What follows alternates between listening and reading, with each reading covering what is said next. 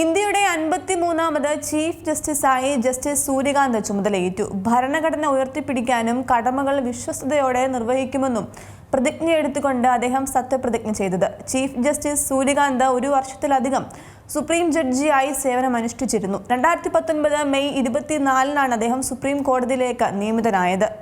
1962 ഫെബ്രുവരി 10-ന് ഹരിയാനയിലെ ഹിസാറിൽ ജനിച്ച സൂര്യകാന്ത് ജന്മനാട്ടിൽ നിന്ന് ബിരുദം പൂർത്തിയാക്കി.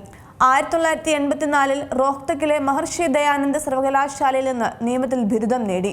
ഹിസാർ ജില്ലാ കോടതിയിൽ അഭിഭാഷകനായി ജോലി ആരംഭിച്ച അദ്ദേഹം 1985-ൽ പഞ്ചാബ് ഹരിയാന ഹൈക്കോടതിയിൽ പ്രാക്ടീസ് ചെയ്യുന്നതിനായി ചണ്ഡീഗഡിലേക്ക് മാറി. 2000 ജൂലൈ 7-ന് ഹരിയാനയിലെ ഏറ്റവും പ്രായം കുറഞ്ഞ അഡ്വക്കേറ്റ് ജനറലായിരുന്ന അദ്ദേഹം 2001 മാർച്ചിൽ സീനിയർ അഭിഭാഷകനായി നിയമിതനായി. 2004 ജനുവരി 9-ന് പഞ്ചാബ് ഹരിയാന ഹൈക്കോടതി ജഡ്ജിയായി സ്ഥാനക്കയറ്റം ലഭിച്ചു.